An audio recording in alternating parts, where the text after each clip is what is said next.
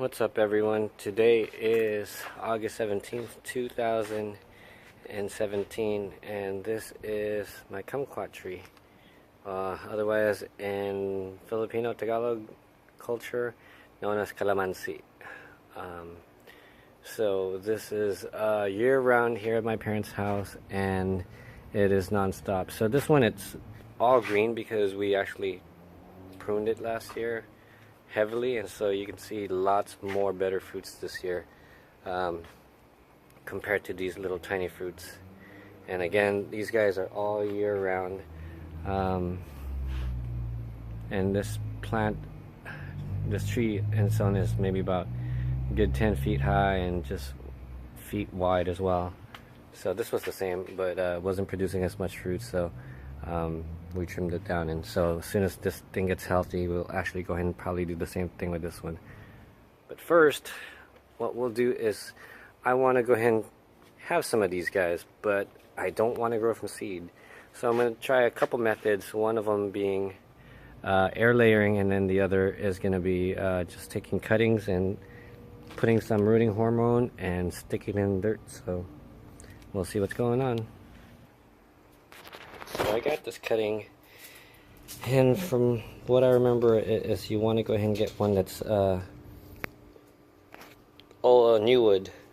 You don't want to try not to get old wood like this. I mean, this may be still okay, but it increases the likelihood of doing the new wood. And so I went ahead and snapped off this section right here because it's just excess growth, I guess you could say.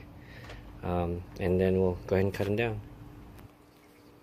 So you can use whatever you want. You can use some scissors, you can use razor, but you want to go ahead and, as much as possible, make sure it's sterile, so it doesn't have the cuttings won't have any kind of exposure to bad bacteria. So this is a grafting knife I got from Amazon. I believe it's like $10 to $15. So and when you cut it, you want to go ahead and cut it into a 45-degree angle, just so then you can expose as much cambium as possible.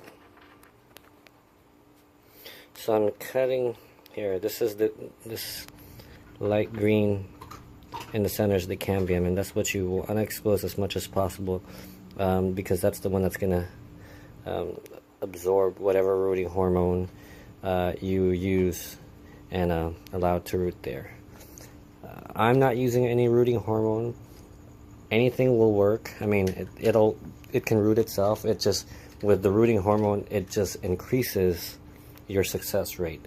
But also, what you want to do is do as much cuttings, because some of them may go bad, some of them may not take, and so you want to go ahead and get as much as possible, so you can go ahead and get at least I'd say 25 to 50% cutting success to root. So hold on.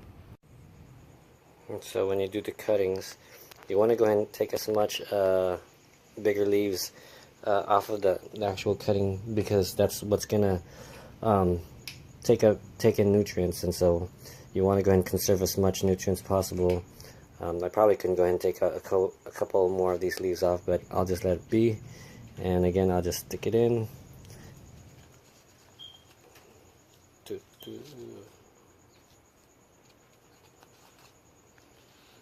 And pack it in so it's not too loose. But don't overpack it. And then most importantly, you want to go ahead and provide them moisture. So we'll just get this gallon Ziploc bag and put it over. And now that we're done, we'll just go ahead and put it in a corner, and we'll check this out in about a month or two to see what's going on. What I'm going to do is I'm going to tug on it, and if there's a resistance, then there's a good chance that they rooted. So we'll leave this guy here. Alrighty guys, wish me luck.